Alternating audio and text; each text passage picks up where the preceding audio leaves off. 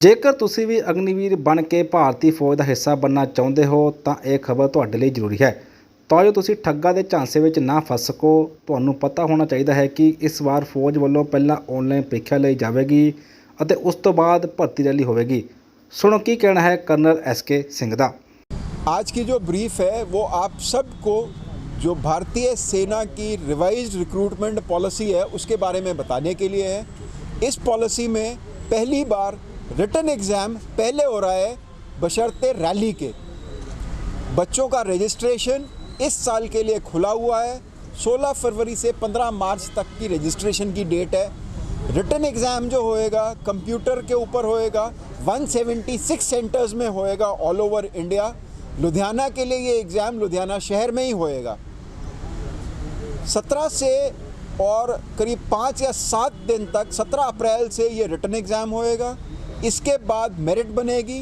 Merit बनने के बाद उनको फिज़िकल रैली के लिए बुलाया जाएगा। रिटन एग्ज़ाम के लिए इंडियन आर्मी ने बच्चों को सहूलियत देने के लिए इसके कई सारे वीडियो, कैसे एग्ज़ाम देना है, कैसे रजिस्ट्रेशन करना है, यूट्यूब पे और जॉइन इंडियन आर्मी के ऊपर डाल रखा है, जो कि बच्चे डाउनलोड करके देख सकते हैं। रजिस्ट्रेशन में इस बार थोड़ा बदलाव है। जो बच्चे रजिस्टर कर रहे हैं उनको 250 रुपये की फ़ीस लगेगी। एक्चुअल फ़ीस 500 रुपये है, लेकिन 250 रुपये फ़ौज अपनी तरफ से दे रही है।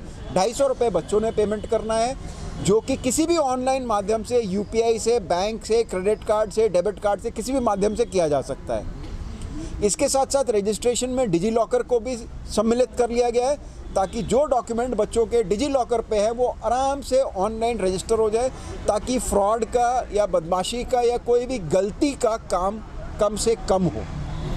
रिटन एग्ज़ाम होने के बाद मेरिट आएगी। मेरिट के बाद लोगों को परमानेंट रैली के लिए बुलाया जाएगा, जो फिज़िकल रैली होती है। रैली लुधियाना शहर के अंदर इसी कॉम्प्लेक्स में पीछे हमारा ग्राउंड है वहीं होगी, और ये रैली लुधियाना के लिए सितंबर में शेड्यूल की गई है।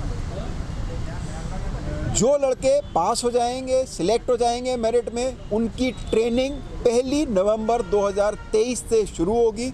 ट्रेनिंग 6 महीने की होगी, और ये 6 महीने का पीरियड जो है वो 4 साल की नौकरी के तहत शामिल होगा। जो पेमेंट की डिटेल्स हैं और जो छुट्टी की डिटेल्स हैं या बाकी जो तमाम डिटेल्स हैं वो जॉइन इंडियन आर्मी साइट पे आप सबको मिल सकती हैं। एक एक हैंड आउट मैं आप सबको दे रहा हूँ, जिसमें कि ये बाकी सारी डिटेल्स दी गई हैं। Thank you. कोई सवाल अगर किसी का? आफ्टर 4 साल के बाद जब वो बाहर आएगा, उसके बाद उसका जो है रास्ते कौन से खुलते हैं उसके लिए? जो 4 साल के बाद बाहर आएंगे, पहले तो बात यह है कि सब बाहर आएंगे, ऐसा नहीं है कि कुछ आएंगे। सब का 4 साल के बाद पीरियड ख़त्म हो जाएगा।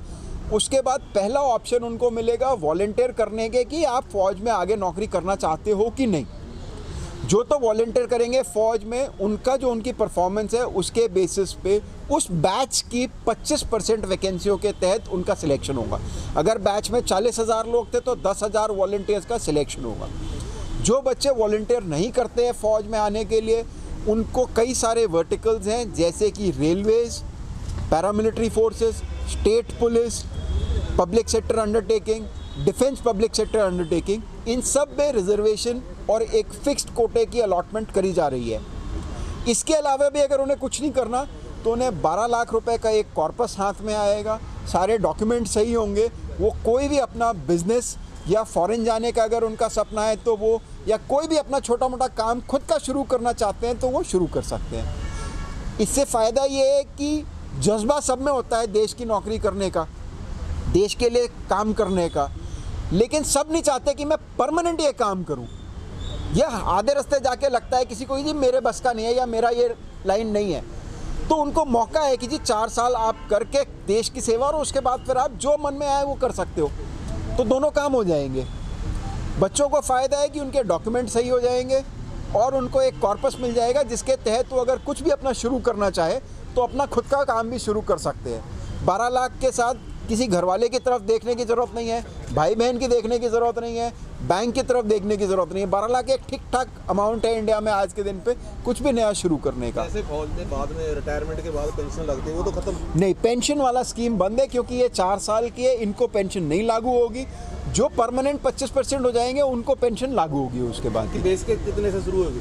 इनकी बेसिक जो है वो 30,000 से है, जिसमें से 9,000 ये कंट्रीब्यूट करेंगे अपने कॉर्पस के लिए, 9,000 पर महीना गवर्नमेंट कंट्रीब्यूट करेगी तो 18,000 हुए, और यही टोटल 4 साल बाद 10 लाख रुपए corpus plus interest tax free अगर आप मिलाओगे तो 12 से 15 लाख रुपए के बीच में बनेगा। तो सर ये जैसे शुरू हो गई है रिक्वायरमेंट जैसी, तो उसमें ठगी के भी कई लोग शिकार होते हैं। किसके? वेबसाइट ठगी के भी, जैसे कोई ऑनलाइन पेमेंट भर देते हैं या गलत साइट पे जाके कोई साइट बन जाती है, ऐसी गलत साइट पे भी जाके, उनको क्या कहेंगे आप? उनको मैं यही कहना चाहूँगा कि joinindianarmy.in एक ही साइट है हमारी, जो तमाम रजिस्ट्रेशन, तमाम भर्ती उसी साइट पे होती है।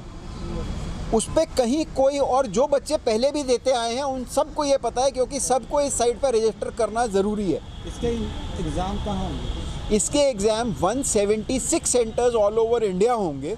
अगर आप पंजाब की बात करें तो जलंधर में एग्ज़ाम होगा, पठानकोट में एग्ज़ाम होगा, लुधियाना का हमारा जो एरो है, हमारा एग्ज़ाम लुधियाना शहर के अंदर ही होगा, किसी एक कॉलेज में होगा, जो कि TCS एक एग्ज़ामिनेशन सेंटर चलाती है, जहां कंप्यूटरों के ऊपर इनको एग्ज़ाम देना पड़ेगा। ठीक है sir, thank you so much.